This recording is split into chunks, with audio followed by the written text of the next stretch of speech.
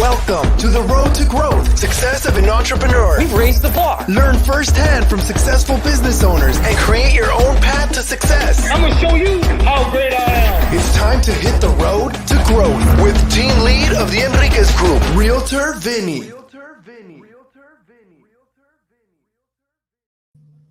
Hi, all you Road to Growth listeners. I am lucky today to have Terry Rich. It seems like every chapter of a life is a different story. I mean, maybe that's why he's so good at writing books and putting things out there. But just kind of talking to him briefly before we got on mic right here. Really got to enjoy Spark Notes. We're talking about lottery fraud. We're talking about running a zoo. We're talking about being a CEO, getting in contact with Johnny Carson. I mean, the list goes on. And I can only imagine if I can be lucky enough to get some of those enjoyments later in life for myself. But thank you, Terry, for being on this podcast. You're welcome. It is a pleasure being here. And I always love, and I get to learn a little bit too in these discussions. Oh, fair enough. Well, give us the Spark Notes of who you are. And I know, sure. I mean, if you haven't heard already, he has a tantalizing voice. Right, he's been in radio. He's public relations. Old rock and roll radio, yeah. 73 degrees and cloudy. Or Boyd Revere, but didn't remember FDIC. So give us Spark Notes of who you are, and then we're going to get to kind of where you came from. All right, give me 43 seconds. Here we go. Started off on the farm. Grew up actually pretty poor. Came out of Iowa State University and decided I want to be in television and radio. I could talk and make a living. And when I did that, I went into cable television when cable wasn't cool rather than broadcast. It went really, really well. So well, in fact, that over the years, they were paying me in stock options rather than that. And it was like an apple. It just all of a sudden took off. And at age 40, they sold the company. And lo and behold, I've had every goal I thought. You know, my dad said, you know, when you're 60, you get your retirement, you get your Social Security, you're going to be happy. Well, I realized at age 40, I had everything I was hoping to get by the time I was 60. And I realized happiness happens on the way to success. So it isn't just the goal, it's the fun you have in making the money. And once you make the money, how to keep that going and get that stuff inside to get it going. So anyway, I started my own companies then. I had 4 or 5 different companies I started. We can talk a little about those. Each one of them went a different way, but I put them all together and it was really fun. But at age 50, midlife crisis, I thought, geez, you know, I got to get off the road. I want to see my family. And so I got the call from a governor who said they're going to shut down the zoo. Would you like to run a zoo? Well, hell, I grew up on a farm. I should be able to run a zoo, right? I raised cattle. Giraffes can't be that much different. And so in 4 years, we took a $600,000 deficit. Adversity is what it was all about, zoo, and turned it into the black, cash flowed it, and brought about $12 million in endowment. So now it's around forever as the second largest cultural attraction in the state. So then I got a call from the governor. I was going to retire again. He said, the different governor, and said, hey, the lottery guy resigned, and this is marketing and sales. Would you like to run it? And that kind of fell in lap, and that's what I did. And as we did that, we 2 years into it, something didn't feel right. We cracked the largest lottery fraud in U.S. history. And so after we got that guy in prison for up to 25 years, I decided to retire, and now I'm out public speaking across the world and traveling when I want to. And it's kind of a great way to be around my family when I want to and be able to see the world when I want to. So that's a snippet. Now, so there's a lot of things to take away from that. One thing, jumping back to one of the beginning statements you said, right, where it was about learning, it's about the journey and not about getting there. Was that something you learned earlier on, or was it when you hit 40 and you found out that you had the ability to retire?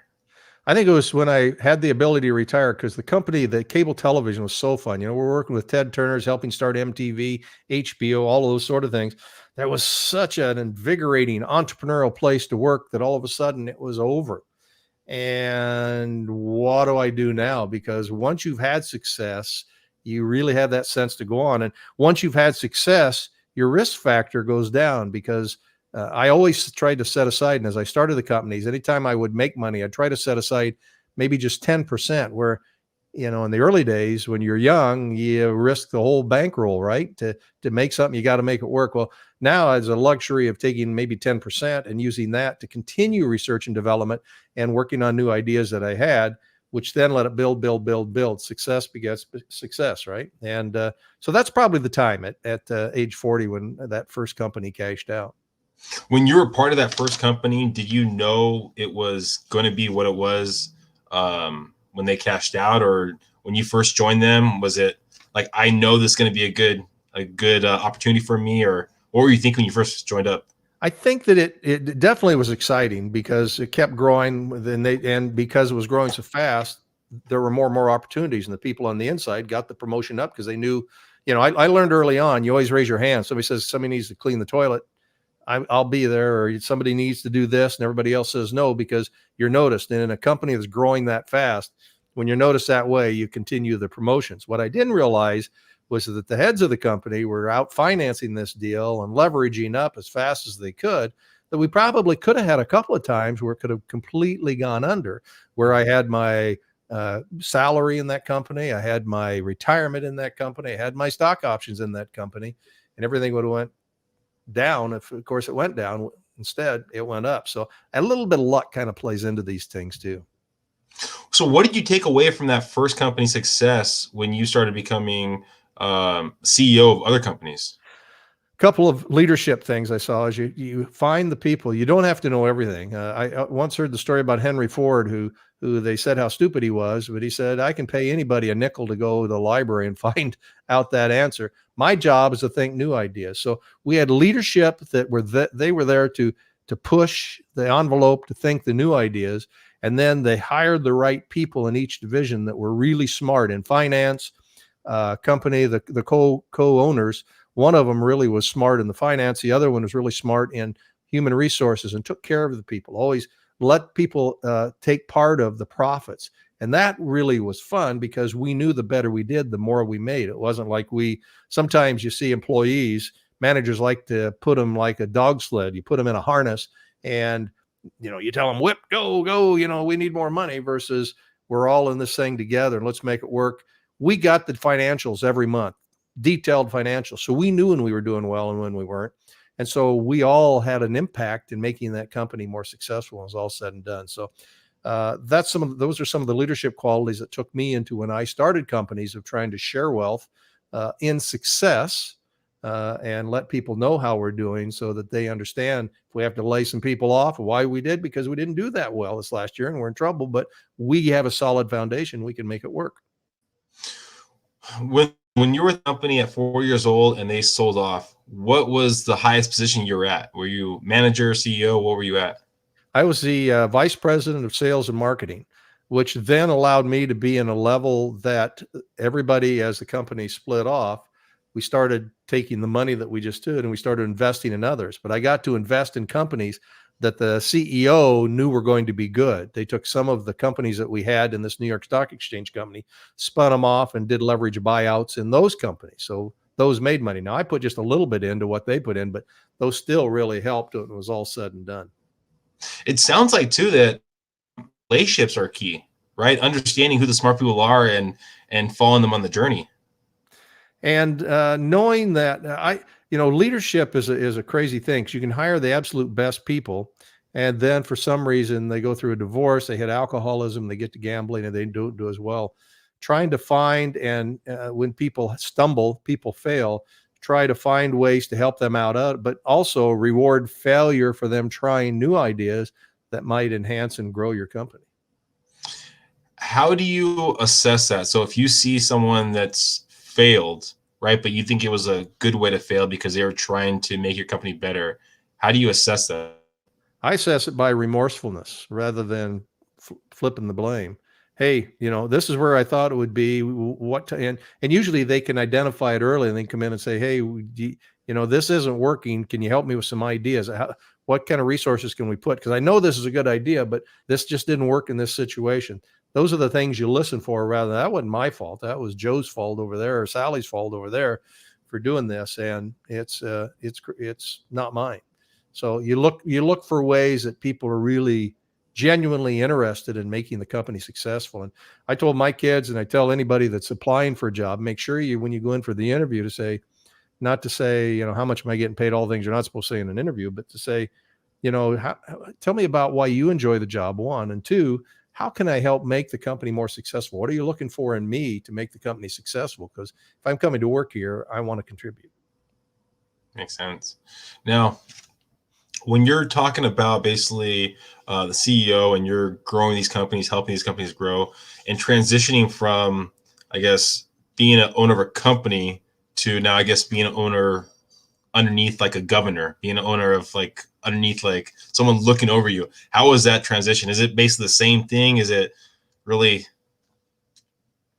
I found I learned a quick lesson from going from a big New York Stock Exchange company with lots of, bosses and levels and all that sort of thing, taking my own money and going out.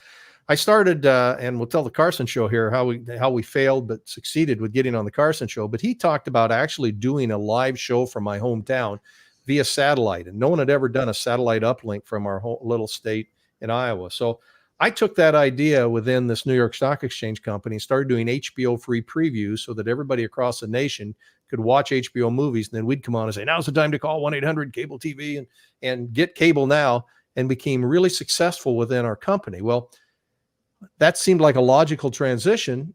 And we had a lot of friends within the industry to do that for other cable companies when I decided to start my own company. So that was the main business that we did. But the first thing I thought about was, well, I'm selling HBO. What else could I do? And I thought about, well, the NAIA College World Series was coming to this town, and the NCAA was being played on ESPN. That had to be a good investment. So I went ahead, bought the truck, bought all of the equipment, set up everybody to do the NAIA College World Series on Fox Sports World, got it on the air. But I didn't sell a single ad. I didn't have somebody good enough to sell any advertisement. I lost $25,000 as it rained 3 days in a row. The lesson I learned in that is, when you have a boss, or if you're starting a new entrepreneurial company, to have an advisory board of experts or an actual board of directors. I know my boss would have said, you know what, you better think about selling this thing before you commit to spending all the money with it, so you've got the cash flow to do it. Luckily, I'd made enough in all my other ventures with the HBO free previews. It was more of my little R&D and experiment that I learned by that experience to really think through of all the costs that there are when you're trying to do something brand new and making sure you have the cash flow to last. I heard the other day someone that was on a board of directors of new companies, new entrepreneurs, that really hit me. That person said, I never look at the balance sheet. I look at the cash flow. And that's a good lesson for new companies. You can have an impressive balance sheet one way or the other, but you got to have the cash to survive when you're in any business. How did you turn that lemon into lemonade getting on the Carson show? Here's how we lost. I started out that I had a call from my little hometown of 50 people. Remember that farm community I grew up in? The guy said, we're having a centennial. We don't know whether we're 100 years, but screw it. We're having a centennial. We're having a big celebration, and we need some publicity. So I went over and met with him, and we talked about what could we do to get publicity. And we said, well, we don't have much to give away, but he said, well, you're our most famous person, because I'd done some TV. And I said, well, if I'm the most famous person, we better adopt someone. So I sat down and wrote a press release and sent out 44 letters. And the printer actually printed too many, so I had 44. So I sent out 44 letters to the local media, but then I sent it to New York Times and anybody I could find in the library in the adjoining town to send it. 43 of the 44 letters failed. 43 of the 44 letters failed, but the one that didn't was, I got a call the next day from someone called United Press International, Bruce Canner. He said, hey, we like the story. We're going to put it on the national wires. And I laughed. What the heck is United Press International? I was just a farm kid. I had no idea what UPI was. Lo and behold, the next morning, or within a half hour after the time he called, almost a second, I get a call and said, hello, this is Terry Rich. Yeah, this is Jim McCauley. I'm the talent coordinator for The Tonight Show.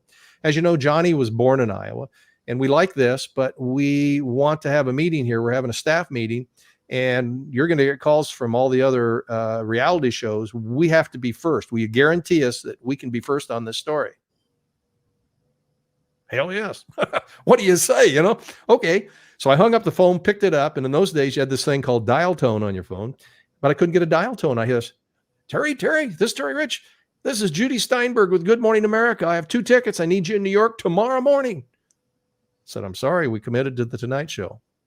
Well, remember, 43 of the 44 letters failed. If I'd only sent out one, all of this stuff would have never happened.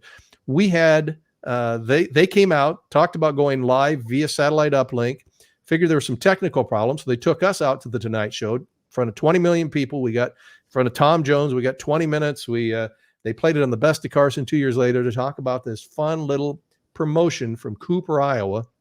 And that weekend, we had 12 to 15,000 people show up in a town of 50, and ABC, NBC, CBS, Good Morning America, the Today Show all showed up. And lo and behold, the whole deal. But that's not the moral of the story. Because I failed 43 of the 44 times, I learned about satellite uplinks, and that's what I took back to the cable company and did our first HBO free preview to all of our systems so that everybody could see it in one weekend. And we sold $15 million worth of HBO that weekend. Oh, wow. Oh, Yeah. one little tidbit. People always ask, does Ed really drink? Was he drinking on the set? And I'll guarantee you, I smelt whiskey in his cup when we were doing the show. So it's probably easier for the conversations for the second or third guest. That's right. We also, it's out on YouTube, just Terry Rich, Johnny Carson show. You could see the whole deal. It was really hokey. It was really old, but I'll tell you what, it helped, that little town. And it taught me that it's better to have tried and failed than to succeed at doing nothing, which is what sounds like government officials try to do, succeed at doing nothing.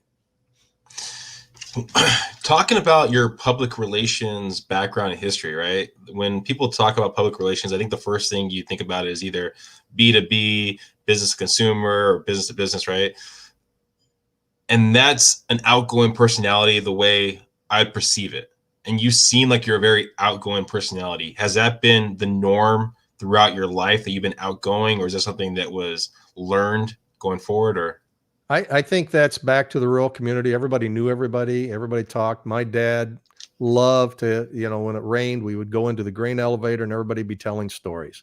And that's probably where I started picking that up. And as I got into public speaking and a little bit of politics in my early days, that was back in the Vietnam War demonstrations and all that sort of stuff. I really liked being in front of people and talking to people when it was all said and done. So I think that's probably from an early age encouragement, that being able to encourage. When I tell my dad, I'd call back and say, "Hey, Dad, this just happened," whether it's the Carson show or whatever, he'd always say, What? Tell me that again." And I always thought he was hard of hearing.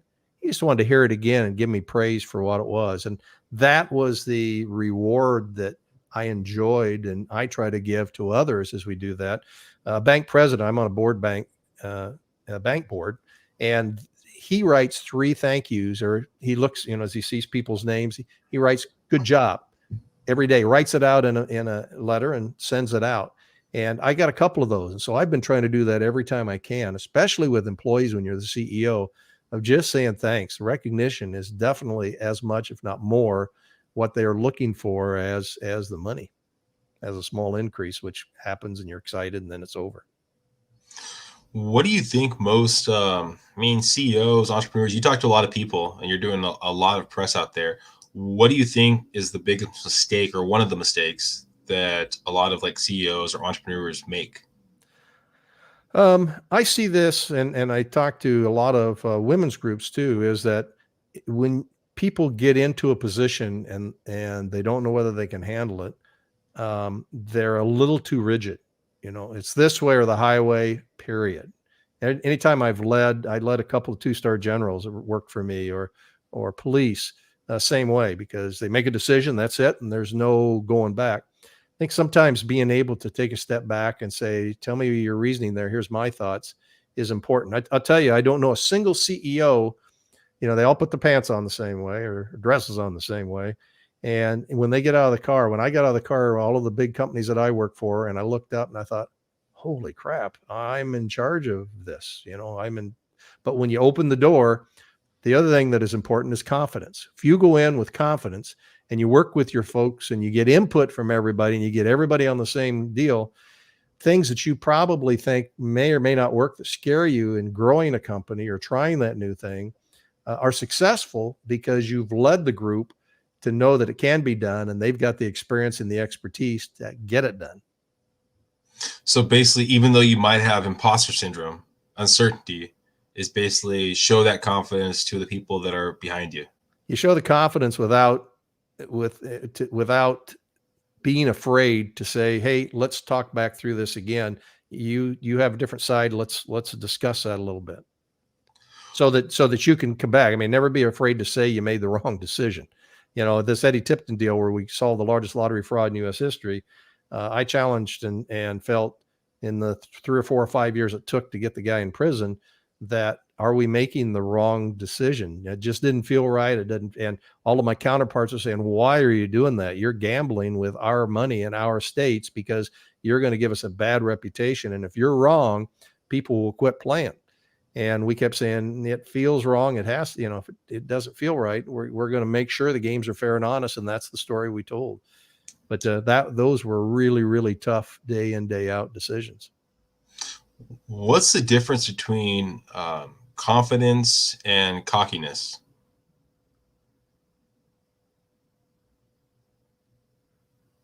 I can look you in the eye and tell you, this is really what I believe. But by God, this is the way we have to do it. I think it's I think part of that's just the sincerity of the confidence. Fair enough. Okay. Yeah, no, I was curious about that because it's I love that. That perspective that there's a lot of CEOs, a lot of big time business owners that are kind of in shock of where they got there. And it seems like when I talk to a lot of different business owners, it's all about one step in front of the next step. And before you know it, you're going to be 10 miles down the road. Nobody is ever as planned as what it may feel like somebody to get to their place. People say, how did that person get the job? Sometimes it's influence. They know somebody who knows somebody, but I'm in a breakfast club with some of the top Fortune 500 companies, CEOs, and you get to know them as friends. And each person each week, somebody's assigned to give the program, and they get really frank about operating the company, what scares them, what doesn't. But I guarantee you, every one of them says, if they've got kids, yeah, I'm really proud this one's going to Harvard and blah, blah, blah, blah. And then they'll always say, well, and Joey or Susie, they just haven't quite found their way yet. Everybody has problems, whether it's financial, marriage, all of that. It's how you deal with that. This first step or failure is the first step to success. Heck, I learned that in my first job there at the cable company when I was on camera, and I thought I looked good at 5 o'clock. I didn't have the 5 o'clock shadow. So I wrote Schick, sent him a letter, said, hey, I'd love to do a national TV commercial for you. And I sent it off knowing that in 2 weeks I'd get a letter back and I'd be in New York. 2 weeks to the day I got that letter. And that letter said, Dear Mr. Rich, expressing your complete satisfaction with your Track 2 razor. We appreciate your letter, but you wrote the wrong company. Gillette makes that. Yet during those 2 weeks, I got the confidence and I got a new goal in my life, in that I was thinking about what would it be like to be on national television, to do network or the national cable networks, just like you might if you're playing Powerball or Mega Millions and thinking, what would happen if I won this? What would I do? And that gave me the confidence to decide that's going to be one of my goals. And I made that goal on every network and cable television over the life, all because it took the chance. So failure is the first step to success. I love that. Now, if you could go back and talk to your younger self, that person that, was outgoing, everything like that, and joined that company, what advice would you give that person? Continue to raise your hand. Remember I talked about don't ever be the one that do the things that no one else wants to do. That'll garner you you go a long ways in a company. And the second is try to figure out how to relax. You seem, Denny, in real estate's an A-type personality, man. What are we doing now? I'm always thinking, I'm always looking at my emails. I'm always moving. I never really have figured out yet how to truly relax. Once in a while I can, but if I'm on a beach, I might have a couple hours of bliss, but I wish that I could have learned more yoga, more meditation, more something earlier in life to appreciate life a little more, because everything I have now and continue to do is how do I accomplish a little higher this next step that I want to take, even in retirement, and looking for what might happen. It's kind of like going to the gym. If I made it in 12 minutes, can I make it in 11:30 today? Or what could I do in conversations like this to improve it the next time? That's the things I'm looking for. And I wish once in a while I could just sit back and say, what a glorious, and I have had a glorious life. Why can't I enjoy this or relax more? The one thing that's helped me a lot over the years is, if it's not in your calendar, it doesn't exist. Even your rest time, your play time, your enjoyment time, put that in your calendar. That's a great point. Damon John with the Shark Tank, I did an event with him a couple weeks ago. He writes down the 6 things, his 6 goals for tomorrow before he goes to bed, and then relooks at it and revises them the morning when he wakes up. And all 6 goals, the only thing that is the criteria for that is they all have to be something he's going to do for himself, not for somebody else. Because as you are and I am, we're stretched. Everybody wants a piece of us every day. So what are the things we could do for ourselves that make us happy? Even with no money, there are things that would do that, to just nothing else, to have a smile and do things like that's why I do these podcasts. No, and I appreciate you having that. That's such a powerful idea to have the thoughts before you go to sleep, because sleep, I mean, wasn't it Thomas Edison, right, that would write down his notes, have a bell connected to his finger, fall asleep, and then fall asleep, wake up, write his notes, and then do it again. It's something like that, something crazy, but the power of sleep is really out there. You can, yeah. Absolutely.